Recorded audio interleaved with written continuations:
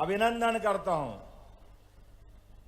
हमारे लिए राजसत्ताओं के राजपुरुषों का, राजमाताओं का अलग से इतिहास, लेकिन सारी महारानियों के बीच, हमारे निमाड़ और मालवा के बीच अहिल्या महारानी ने जो जीवन जिया है, वाकई कोई देवता देवियां इसका शासनकाल किसी ने देखा हो या न मत देखा हो, लेकिन अहिल्या महारानी का शासनकाल देख लो, ऐसा लगता स्वर्ग उतर के धरती पे आ गया।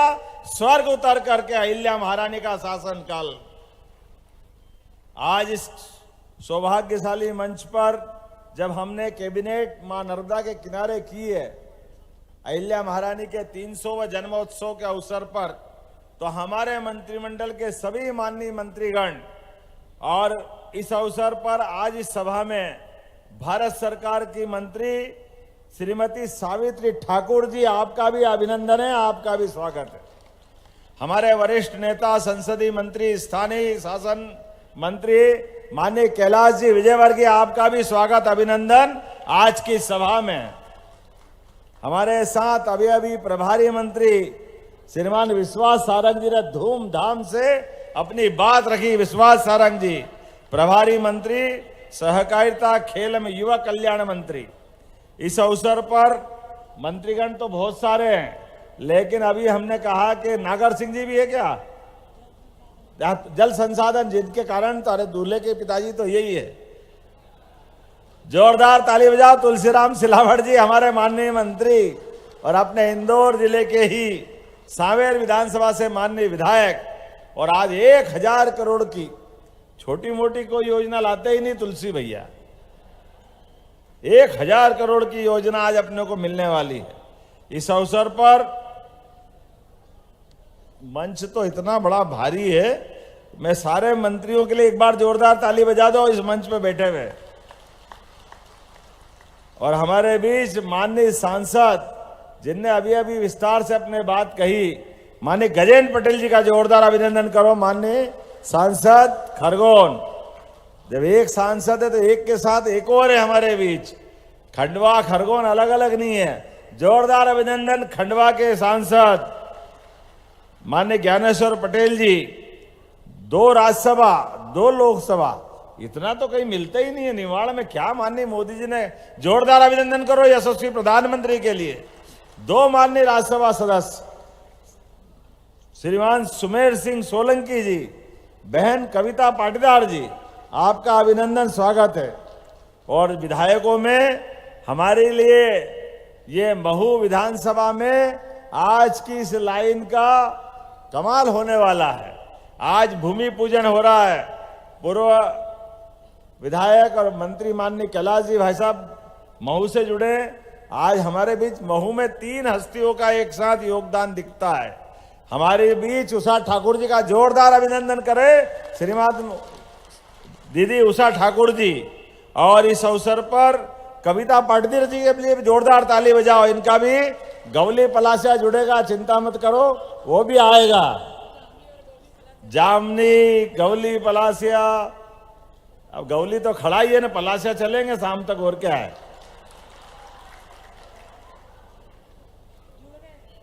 जुड़ गए कि नहीं जुड़ गए? आपने सुना ही नहीं मैंने क्या बोला। आपने सुना ही नहीं मैंने क्या किया। गवली खड़ा और पलासिया चलना।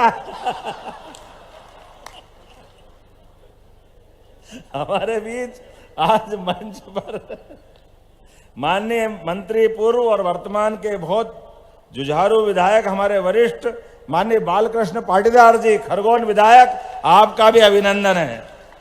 माननीय विधायक जिनका क्षेत्र है और मेरे साथ लगातार काम कदम से कदम मिला के कर रहे हैं, नाम ही बहुत बढ़िया है।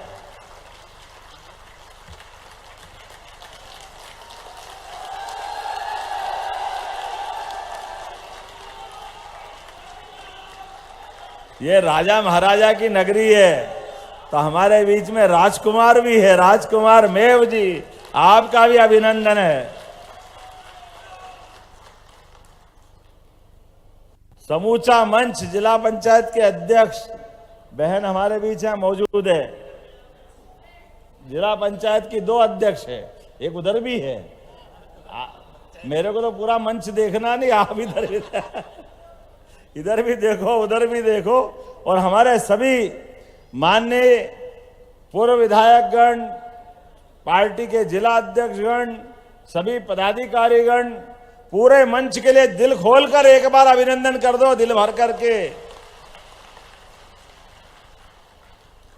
जब लोकमाता के स्थान पर कैबिनेट करने आए तो कैबिनेट के लिए आमतौर पर जिन महापुरुष के बारे में सोचकर कोई कार्यक्रम बनाते हैं तो आमतौर पर उनकी एक विशेषता होती है, 2 विशेषता होती है, कुछ बातों पे गौर कर लेते हैं। लेकिन अहिल्या माता के मामले में तो समूचा एक तरह से पूरा जीवन, कौन कौन सा क्षेत्र उन्होंने छोड़ा, हर एक क्षेत्र के लिए बड़ी से बड़ी बात अगर उस समय में इतनी चुनौतियों के बाद भी आगे किसी ने संभव की है, उनका नाम है अहिल्या माता, हमारी महारानी अहिल्याबाई।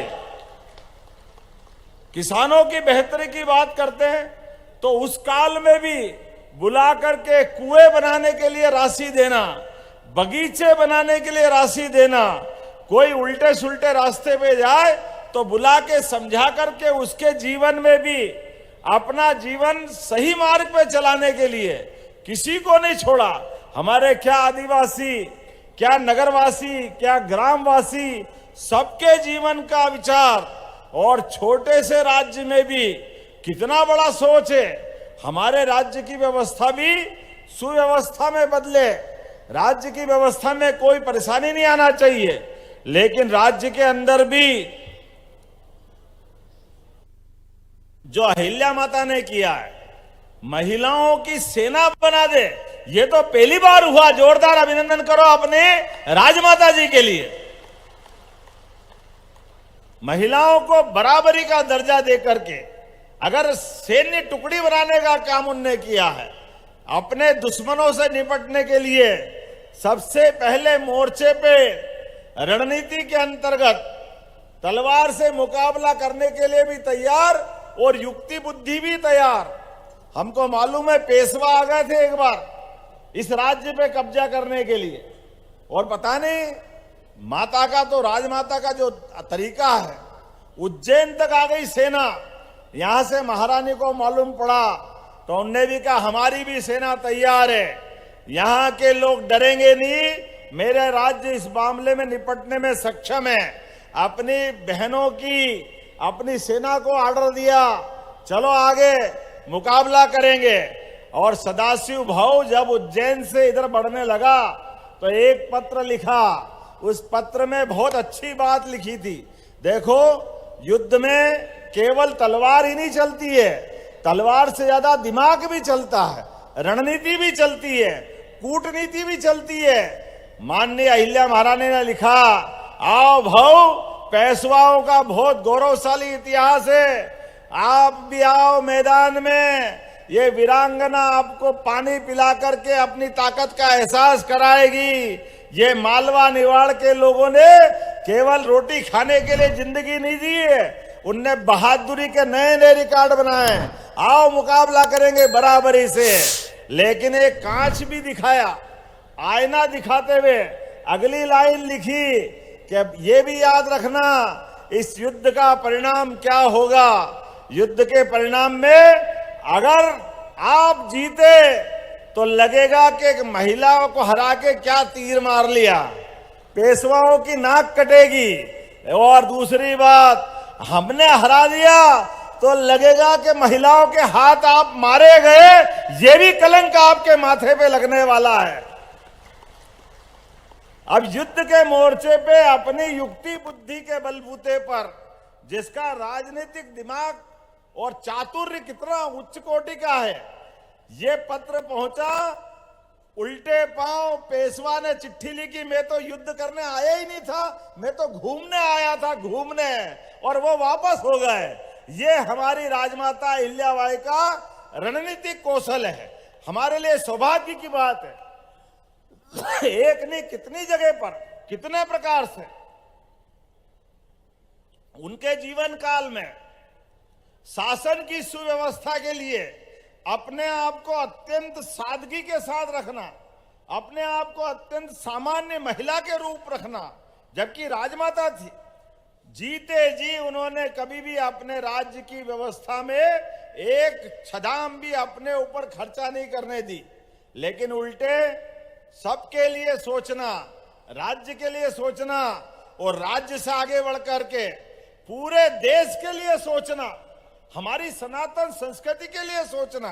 तो यहां से अपनी धनराशि से वो बनारस में भी घाट बनवाती है। गंगा मैया का वो घाट आज भी अहिल्या माता के घाट के नाम से जाना जाता है। आज भी बाबा विश्वनाथ का मंदिर अगर किसी ने बनवाया तो महारानी अहिल्याबाई ने बनवाया। रामेश्वरम, बद्रीनाथ, केदारनाथ, गंगोत्री, यमुनोत्री, मानसरोवर, कौन सा स्थान छोड़ा?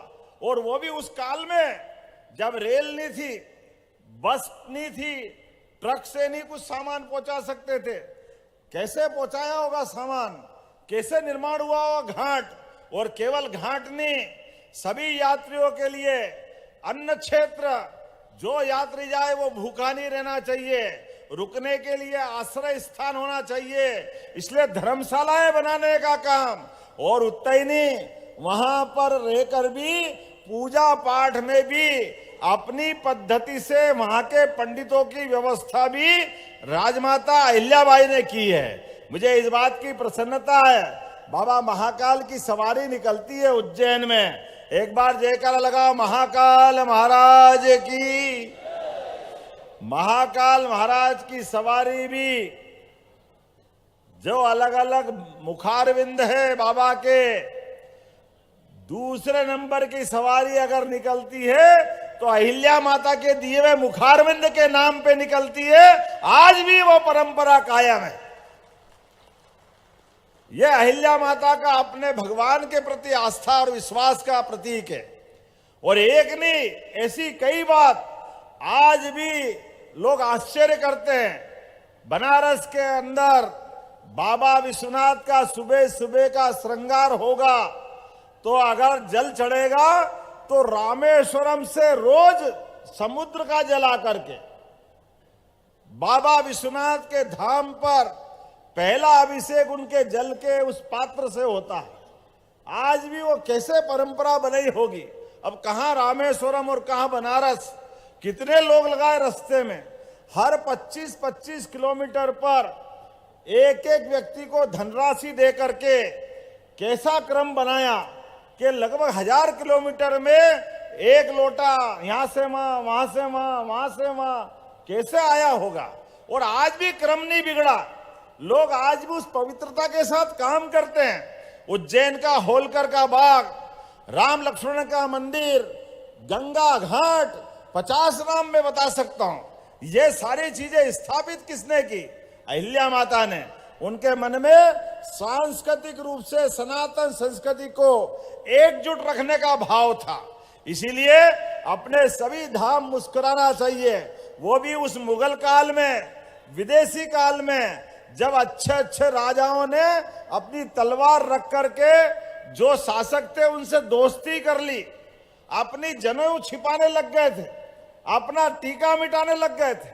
लेकिन हमारी महारानी ने सनातन धर्म की ध्वजा धारण करके जो मान बढ़ाया, सम्मान बढ़ाया, हम सब उसके लिए, उनके लिए अपने दोनों हाथ जोड़ के अपने आप को गौरवान्वित भी मानते हैं और उनके उस काल को याद करके आनंद में डूबते हैं।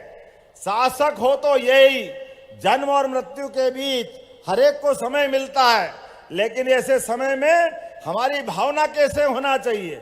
अभी छोटी मोटी बात आए तो हम घबरा जाते हैं, लेकिन महारानी अपना बेटा शांत हो जाए, पति शांत हो जाए, ससुर बड़े लाड़ प्यार से लाए थे वो भी शांत हो गए, परिवार में कोई बचा नहीं, लेकिन अपनी जनता के लिए भी लगातार जी करके सुशासन का प्रतीक बन करके अहिल्या माता खड़ी थी। ये कमाल उस समय भी हुआ है। आज घबरा जाता आदमी अपने दुखों से, अपने कष्टों से, अपने आप से टूट जाता है। हाथ जोड़ लेता कि भैया मुझसे नहीं बनेगा, लेकिन अहिल्या महारानी ने जीते जी आखिरी समय तक इन सारी व्यवस्थाओं को सुशासन में बदल करके दिखाया। इसलिए हमने भी निर्णय किया है, यशस्वी प्रधानमंत्री के नेतृत्व में जब से हमारी सरकार बनी, किसानों की बेहतरी के लिए, महिलाओं की बेहतरी के लिए, युवाओं की बेहतरी के लिए और गरीब वर्ग के कल्याण के लिए समान रूप से काम कर रहे हैं। नदी जोड़ो अभियान, बड़े बड़े नदी जोड़ो अभियान कहाँ, आज बताओ। मैं अभी माननीय कैलाश जी भाई साहब से कह रहा था कि यहाँ जितने लोग बैठे और रास्ते में अभी हम आ रहे हैं तो मकान तो क्या महल बन गए, क्या जोरदार आनंद आ रहा है। तो उन्होंने कहा सब नर्मदा जी की कृपा है, बोलो नर्मदे महारानी की। एक नहीं 3-3 फसल मिल रही है। इतना अच्छा नर्मदा जी का शुद्ध जल और इतने अच्छे मेहनत करने वाले किसान को क्या चाहिए, खेत को केवल पानी लगा दो। हमने पारस पत्थर नहीं देखा, लेकिन जैसे ही पानी लगे तो खेत की फसल सोना हो जाती है। यह पक्का मालूम है किसानों को, इससे बढ़कर कुछ नहीं है। खेतों में पानी लग जाए, खेत पे बिजली मिल जाए और मेहनत कर किसान हो तो कोई बात की कमी नहीं होती। इसलिए अहिल्या महारानी के लिए आज हमने निर्णय किया है, एक अपनी 1000 करोड़ से ज्यादा लागत की एक योजना जिसको महू तक पहुंचाएंगे। कितने गांव आने वाले दीदी इसमें? 61। और जो बचे होंगे वो सब भी आएंगे। जोरदार ताली बजाओ इस पूरी योजना के लिए।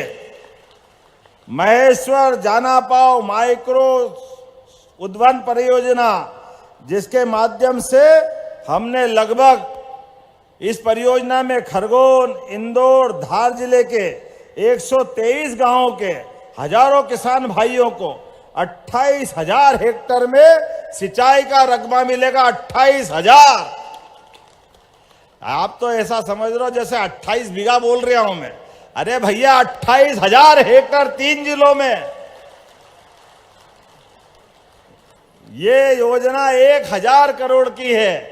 और मुझे सांसद जी और विधायक जी ने कहा इस योजना का नाम बदल दो, तो उनकी बात मानते हुए इस योजना का नाम महारानी अहिल्याबाई नाम पे ये योजना की जाती है। और हमारे यहाँ काफी बहनें बैठी है। आपको भी बताना चाहूंगा, बहनों की बेहतरी के लिए हमारी सरकार काम कर रही है। इसलिए लाडली बहना योजना भी लगातार जारी है। जोरदार अभिनंदन करो लाडली बहना योजना का। उस योजना को लगातार बहनों को दे रहे हैं। कई कांग्रेसियों के पेट में दर्द हो रहा है, काय के लिए दे रहे हो, कब तक दोगे? अरे भाई तुम तो रोते रहोगे और हम पैसे देते रहेंगे, ये हमारी सरकार का भाव है। बहन बेटी की योजना और बहन बेटी के हाथ में पैसे मिल जाए, ये सनातन संस्कृति की हमारा अपना रिवाज है। और आज हमने अपनी बहनों के लिए नारी सशक्तिकरण के आधार पर महिला सशक्तिकरण की एक नई योजना यही कैबिनेट में पारित की है, अहिल्या माता के नाम पर। जब हमारी बहनों की जिंदगी बेहतर होगी, उनको सभी क्षेत्रों में शिक्षा, चिकित्सा, रोजगार समान रूप से उनके जीवन में बदलाव आए। और उससे आगे बढ़कर के हमारे लिए तो अपने में कहा गया है, देवताओं की तरफ से अपने देश की पहचान मातृसत्ता के आधार पर है। इसलिए दुनिया में 200 से ज्यादा देश है, लेकिन एकमात्र देश है जो कहता है भारत माता की। कोई कभी अमेरिका माता बोलता है, कोई इंग्लैंड माता बोलता है। एकमात्र देश है जो मातृसत्ता को मानता है। और हम तो अपनी वसुंधरा से जुड़ते हैं। हम तो आज 9 ग्रह में एकमात्र ग्रह पृथ्वी माता है जो अपने उस संस्कार से जुड़ती है। इसलिए हमने कहा कि नारी सशक्तिकरण को लेकर के हमारी सरकार लगातार काम करेगी। अब ऐसे कामों में उनकी जो कठिनाई उसको भी देख रहे हैं। आप बताओ, घर में बहन बेटी मेहनत से अपना काम करती है, भाई भी करते हैं, लेकिन दारू पी के आए और घर बिगड़ जाए, होता कि नहीं होता ऐसा? शराब के लिए घर में श्राप के बराबर है शराब। इसलिए हमने तय किया है सभी धार्मिक नगरियों से शराब बंदी की जाएगी, सबकी दुकानें बंद कराने का काम यहीं महेश्वर की धरती से किया है। लगातार समाज हितैषी, अब बहन बेटी घर में है, दारू पी के आ गए भैया, अब वो उनको संभालो कि बच्चों को संभालो। रोज झंझट होती थी, 50 झगड़े होते थे, पूरा घर परेशान। तो हमने कहा ये धीरे धीरे करके आपकी तो महेश्वर, मंडलेश्वर नगर परिषद में दुकान बंद, एक भी दुकान यहां शराब की नहीं मिलेगी, और उज्जैन से भी बंद करने वाले हैं। क्या ओंकारेश्वर, क्या ओरछा राजा राम की नगरी, क्या नर्मदा का उद्गम अमरकंटक, कहां ओंकारेश्वर, कहां सलकनपुर की मैया, कहां कटनी में मैहर की माताजी, सारे स्थानों पर 17 जगह दारू की दुकानें बंद करने का हमारी सरकार के द्वारा निर्णय किया है और नीतिगत फैसला लिया है। खाली बोल नहीं रहे, अगले साल 1 अप्रैल के बाद एक भी दुकान इन क्षेत्रों में चालू नहीं मिलेगी, और धीरे धीरे करके भगवान चाहेगा और आगे बढ़ेंगे, बाकी भी बंद करेंगे धीरे धीरे। ये हमारी सरकार की पॉलिसियां है। मुझे इस बात की प्रसन्नता है, जब हमने ये निर्णय किया तो सारा समाज का प्रतिसाद, सारा समाज झूम उठा। क्या धार्मिक संगठन, क्या सामाजिक संगठन, क्या बहनों के संगठन, क्या किसान, क्या महिला, क्या युवा, हर कोई कहा कि भाई ये बिल्कुल अच्छा कर रहे हो, और हमने लगातार ऐसे अच्छे काम चालू किए। आप बताओ, पहले पटवारी से किसान परेशान रहते थे, कोई कारण से बंटवारा करो, रजिस्ट्री कराने जाओ, कोई जमीन देना लेना पड़े, पटवारी नामांतरण नहीं करता था। हमारी सरकार बनने के बाद निर्णय किया, इधर रजिस्ट्री कराओ या नामांतरण कराओ, पटवारी अपने आप कंप्यूटराइजेशन के आधार पर नाम चढ़ जाएगा। पटवारी का रोल खत्म कर दिया, ये हमारी सरकार ने किया है। किसानों के हित के लिए, युवाओं के हित के लिए, गरीबों के हित के लिए ऐसे प्रत्येक काम।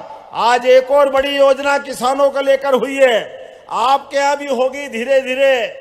माननीय प्रधानमंत्री कहते हैं किसान हमारे अन्नदाता तो है ही, लेकिन ऊर्जादाता भी बनना चाहिए, उनके जीवन में बदलाव आना चाहिए। तो हमने कहा किसानों को 2 लाख किसानों को जो टेम्परेरी कनेक्शन लेते हैं, वो अपने 4 लाख से लेके 24 लाख तक के 3 हार्स पावर से लगा करके 7.5 हार्स पावर और ऊपर वाले भी केवल 10% राशि देंगे। पूरा पंप का खर्चा सरकार के माध्यम से लगवाया जाएगा, वो किसान के लिए होगा। बिजली के आधार पर, बिजली आपको पैसा बिल भरने की जरूरत नहीं। एक बार पंप लगाया, सोलर पंप, क्या आप अपने समय, अपने जब मर्जी आए चलाओ, क्यों रात में पानी पिलाओ खेत को, दिन में पिलाओ आपके माध्यम से। और भविष्य में जो परमानेंट किसान 30 लाख है, हम उस पे भी बढ़ रहे। आने वाले समय में बहुत जल्दी किसानों को बिजली के बिल से मुक्ति दिलाने का काम करने वाले, मुक्ति दिलाने का। किसान अपनी मेहनत करे, अपनी खेती करे, बिजली का बिल भले 7,500 हो, 1 पैसा भी क्यों देना चाहिए, उसके जीवन में बदलाव आना चाहिए। अपने खेत में सूरज नारायण देवता सोलर से बिजली देने वाले हैं, अपना पंप चलाओ, जब दिन में मर्जी आए बटन चालू कर दो, अपना काम हो गया। और कोशिश तो कर रहे हैं आने वाले समय में ये बनने वाली बिजली भी ज्यादा अगर बनी तो और किसान को पैसा देगी सरकार, किसान को पैसा, ताकि आपकी अलग से आय बढ़ जाए। आने वाले समय में दूध उत्पादन को लेकर भी हमारी सरकार की भावना है, दारू की दुकान बंद और दूध और घी की दुकानें चालू होना चाहिए मध्य प्रदेश की धरती पर। इस देश में हजारों साल से दूध और दही की नदियां बहती थी। हमारे समाज में ये उल्टे काम बंद होना चाहिए, हमारे किसानों की आय बढ़ना चाहिए। दूध उत्पादन में मध्य प्रदेश का भी जो हमारा कंट्रीब्यूशन है, जो हमारा योगदान है, वो 9% है। हम योजना बना रहे इसको 20% तक ले जाएंगे, 20% तक। और किसानों से जैसे गेहूं पे बोनस दे रहे, धान पे बोनस दे रहे, ऐसे ही हम दूध पे भी बोनस देने वाले, दूध पे, दूध खरीदने पे। और घर घर, जिसके घर गाय वो गोपाल, और जिसके घर गाय का कुल वो घर घर गोकुल। तो 10 से ज्यादा जो गाय पालेगा उसको पालने पे भी अनुदान सरकार के द्वारा दिया जाएगा। ये हमारी सरकार ने तय किया। खेती की आमदनी भी बढ़ना चाहिए, लेकिन रोज के लिए दूध बेच करके उसकी आमदनी भी किसान की बढ़ जाए। ऐसे एक नहीं कई मामलों में। और यहां तो माहेश्वरी साड़ी का अपना मजा है। जोरदार अभिनंदन करो माहेश्वरी साड़ी की उस विशेषता के लिए। हमने तय किया है औद्योगिकरण करते हुए मध्य प्रदेश के अंदर हर युवा, महिला, किसान, गरीब, बहन, भाई जो पढ़ लिख करके बड़ा है उसको आईटी पार्क के माध्यम से, जो कम पढ़ा लिखा उसको आईटीआई के माध्यम से, जो खेती किसानी करता है उसको उद्यानिक विभाग के माध्यम से हर एक व्यक्ति को रोजगार दिलाने का काम हमारी सरकार करेगी। इसलिए इसी महीने के अगले महीने 24 फरवरी को हमने अपनी संभाग की औद्योगिक इन्वेस्टर मीट की है, जिसको रीजनल इंडस्ट्री कॉन्क्लेव के माध्यम से आप जानते हो। लगभग 3 लाख युवाओं को रोजगार देने का निर्णय हमारी इसके माध्यम से हुआ है। अब 3 लाख किसको कहते हैं, लेकिन ये केवल रीजनल हुई है, अभी अंतरराष्ट्रीय बाकी है। देश के नहीं दुनिया के सबसे बड़े नेता यशस्वी प्रधानमंत्री श्रीमान नरेंद्र मोदी जी आ रहा है। जोरदार अभिनंदन करो 24 फरवरी के दिन जब यशस्वी प्रधानमंत्री अपने आप पधारेंगे। पहले वो आए केन बेतवा नदी जोड़ का आशीर्वाद दे करके गरीबों के लिए। कैलाश भाई साहब और पूरा मंत्रिमंडल सहित यहाँ मित्र मौजूद है। हमने हुकुमचंद मिल के गरीबों के लिए भी उनका पैसा दे करके अपना कमिटमेंट निभाया। तुलसी भैया भी है यहाँ पे। अब हम आने वाले समय में कोई भी मिल का मजदूर अगर सरकार के ऊपर कोई भी पैसा बाकी है, एक एक पैसा उसके खाते में जमा करके सरकार गरीबों के साथ भी न्याय करने का काम करेगी। उसी प्रकार से रोजगार दिलाने का काम भी करेगी। तो मैं आज के अवसर पर बोलने के लिए तो बहुत कुछ बोल सकता हूं, लेकिन ये एक के बाद एक चिट्ठी आ गई है। अभी मुझे गौशाला में भी जाना है और एक बार फिर कुछ और कार्यक्रम बचे हैं। लेकिन आज तो ऐसा आनंद आया, इन्हें दाल पानी खिलाए, दाल पानी है। जोरदार ताली बजाओ, आपके मुंह में पानी आ गया होगा। और दाल पानी में बाटी अलग घुसड़ दी, मेरे समझ में नहीं आया कि ये तो एक बार में एक चीज खिलाओ तो ज्वार बाजरे की रोटी अलग, ये अलग, वो अलग। लेकिन ऐसा लगा कि वाकई महेश्वर के लोगों का दिल भी ऐसा ही है और ये क्षेत्र भी ऐसा ही है। जोरदार अभिनंदन करो अपने आप के लिए। मां महिल्या माता का आशीर्वाद आपके साथ है। हमारे लिए परमात्मा क्या, अरे नीचे तो बैठो यार, अभी बात थोड़ी खत्म करी मैंने, अभी बात ही चल रही है। ऐसे करो, ऐसे में और मजा आएगा जब मैं ढंग से बोलूंगा तो, और नहीं तो मेरी बात खत्म। ताली वाली बजा के बताओ बोलूं कि नहीं बोलूं। हमारी सरकार ने तय किया है ये जो जिले विसंगतिपूर्ण बने, कहीं तो 5 लाख का जिला, कहीं 40 लाख का इंदौर जिला, तो ये जो विसंगति है एक आयोग बनाया है। अब हमने कहा कि जनता के माध्यम से जो जनता चाहेगी, आयोग संभाग के, जिले के, तहसील के, गांव के नाम के, अभी आपने सबने सुना होगा कई जगह नाम के सुझाव आए और कहा लोगों ने कि भैया ये नाम बदल दो, ये कोई रहता ही नहीं है, क्यों नाम रख दिया हमको ही नहीं मालूम। हमने कहा बिल्कुल बदल देंगे, लेकिन सुझाव इतने सारे आ गए तो हमने एक आयोग बना दिया है। उस आयोग के माध्यम से सुझाव आएंगे। जो आप चाहोगे वो सब कुछ करेंगे, सरकार के माध्यम से करेंगे, लेकिन नीतिगत रूप से करेंगे। तो आज के इस अवसर पर मेरी अपनी ओर से पुनः आप सबका वंदन, अभिनंदन। बोलिए भारत माता की, भारत माता की, अहिल्या महारानी की। अरे हाथ ही नहीं उठ रहा जोर से, जरा मजा आना चाहिए ना यार। खड़ा हो जाओ अपने स्थान पर। आज तो अपने लिए एक अलग प्रकार का आनंद का दिन है। दोनों हाथ की मुट्ठी बांधो, बहनें भी खड़ी हो जाए। अहिल्या महारानी के लिए हमारा पूरा निमाड़ आज आनंद में डूबा दिखना चाहिए। बोले अहिल्या महारानी की, नर्मदे महारानी की, भारत माता की, भारत माता की। बहुत बहुत धन्यवाद। भारत माता की जय। हेलो। लेटेस्ट खबरों के लिए लाइक, फॉलो और यूट्यूब पर सब्सक्राइब करें, बेल आइकन दबाएं, साथ ही विजिट करें swedeshlive.com पर।